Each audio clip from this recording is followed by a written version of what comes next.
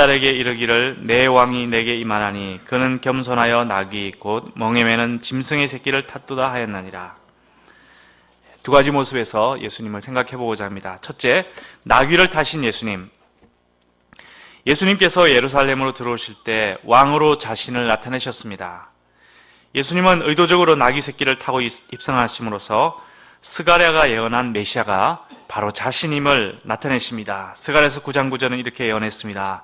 시온에 따라 크게 기뻐할지어다. 예루살렘에 따라 즐거이 부를지어다. 보라, 내 왕이 내게 임하나니 그는 공의로우시며 구원을 베푸시며 겸손하여서 나귀를 타시나니 나귀의 작은 것 곧 나귀 새끼니라. 일반적으로 왕들은 말을 타고 당당하게 입성하는데 때로는 나귀도 이용했다고 합니다. 그런데 예수님께서 말이 아니라 나귀, 그것도 나귀 새끼를 타신 것은 자신이 겸손의 왕임을 나타내고자 함이었습니다. 우리의 구원자요 왕이신 예수님께서 말을 타고 화려하게 입성을 해도 우리는 괜찮았을 것입니다. 그러나 예수님은 우리에게 부담을 주지 않기 위해 나귀 새끼를 골라 타셨습니다. 우리를 위해 값비싼 보혈을 흘려주실 주님께서 값비싼 전차를 타고 위엄과 영광 중에 입성해도 우리는 괜찮았을 것입니다. 그러나 예수님은 일부러 가장 싼 것, 가장 낮은 것, 가장 작은 것을 이용하심으로 마음 깊이 당신의 겸손을 보여주셨습니다. 하나님이신 예수님이 이 땅에 오실 때 영광 중에 오셨어도 우리는 전혀 문제가 되지 않았을 것입니다. 그러나 예수님은 연약한 아기의 모습으로 말구유에 조용히 낮아져 오셨습니다.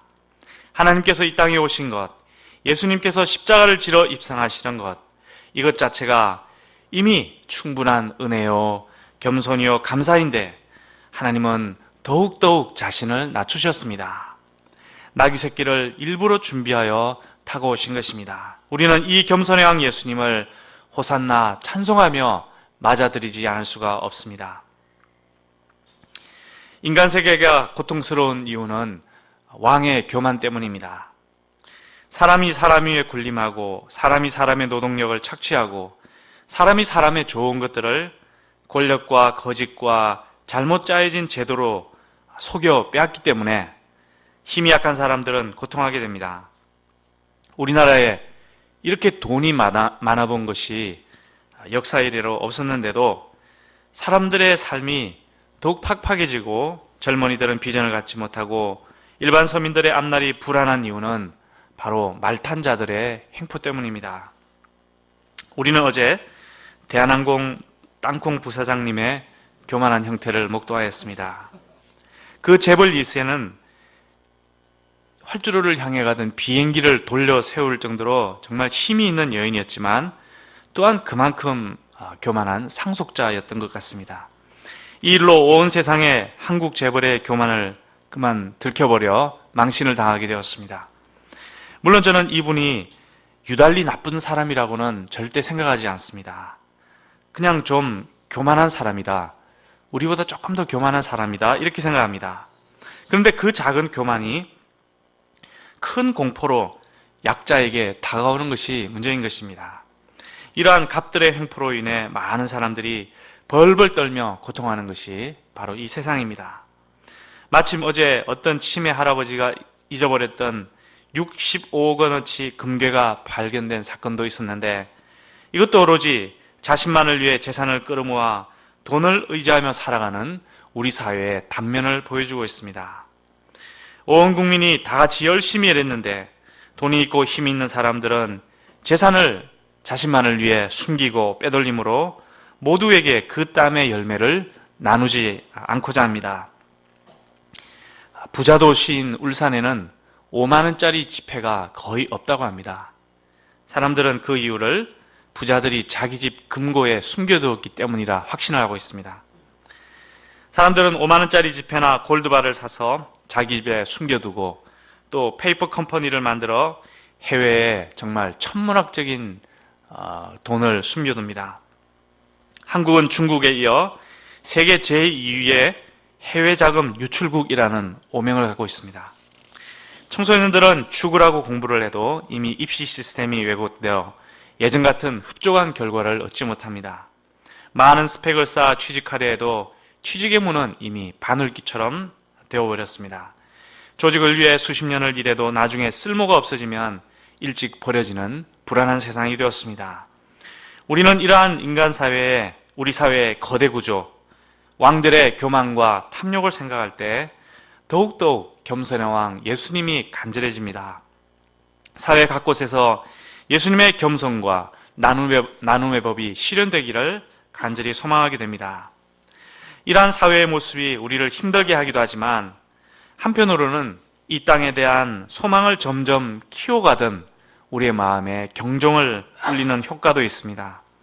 우리는 이런 세상에 실망하고 예수님을 더욱 소망하고 또 예수님을 대망하게 됩니다. 예수님께서 우리의 삶 속에 들어오셔서 우리를 구원해 주시도록 호산나 간절히 외치게 됩니다. 우리가 인간 사회의 왕들의 교만, 또 조직의 왕들의 탐욕으로 인해 고통만 할 것이 아니라 겸손의 왕, 평화의 왕 예수님을 적극적으로 맞아들이고 소망해야 될 줄 믿습니다. 하지만 이런다고 해서 무슨 변화가 당장 일어나는 것은 아닙니다. 세상 왕들은 이런 것을 거들떠보지도 않습니다. 그러나 중요한 것은 우리 자신이 이러한 세상을 본받지 않고 예수님을 본받아 변화되고 성장하는 일이 일어난다는 것입니다. 우리 자신에게 그러한 힘이 주어질 날이 있을 때 우리가 그것을 휘두르지 않고 예수님처럼 겸손하게 낮아져 섬길 수 있는 사람으로 우리가 성장하게 된다는 것입니다. 하나님의 사랑과 평화를 이 땅 가운데 정말 나누어 주고자 하는 그러한 사랑의 사람으로 우리가 성장하게 된다는 것입니다. 또 여기서 더 나아가 하나님께서 세상에 죄악에 대해 반드시 심판하실 것이라는 하나님의 엄미한 심판의 때를 우리가 대망하게 됩니다. 이것은 성전에서의 예수님의 모습에서 찾아볼 수가 있습니다. 둘째, 성전을 뒤엎으신 예수님.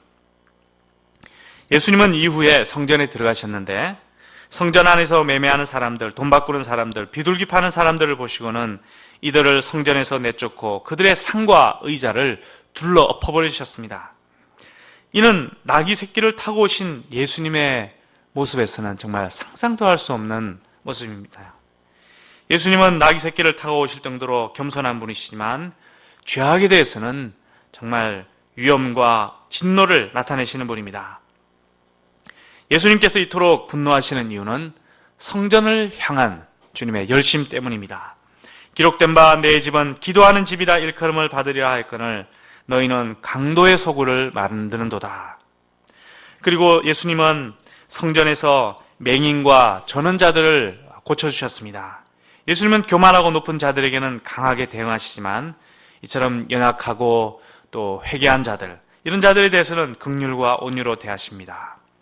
연약한 우리 인생은 이러한 예수님을 통해서 소망을 갖게 됩니다. 우리의 왕 예수님은 한없이 겸손하시지만 또한 한없이 강하고 엄위하신 그러한 왕이십니다. 이러한 주님의 엄위한 심판의 때를 우리는 대망합니다. 그래서 대림절은 먼저는 예수님의 겸손히 오심을 기다리는 날이기도 하지만 더 나아가 예수님의 이러한 엄미한 심판의 날을 기다리는 그러한 날이기도 합니다. 예수님께서 성전을 뒤엎으신 이유는 무화과 사건 나무 사건에서도 발견할 수가 있습니다. 예수님은 열매 맺지 못한 어떤 무화과 나무를 저주하여 말라버리게 하셨습니다. 성전이 뒤엎어져야 했던 이유는 성전이 열매 맺지 못한 무화과 나무처럼 아무런 열매도 맺지 못했기 때문입니다. 당시 성전은 기도하는 집으로서의 역할을 상실했습니다. 죄인들이 나와 진실하게 기도하며 진지하게 죄사함을 받는 그러한 모습을 성전은 잊어버렸습니다.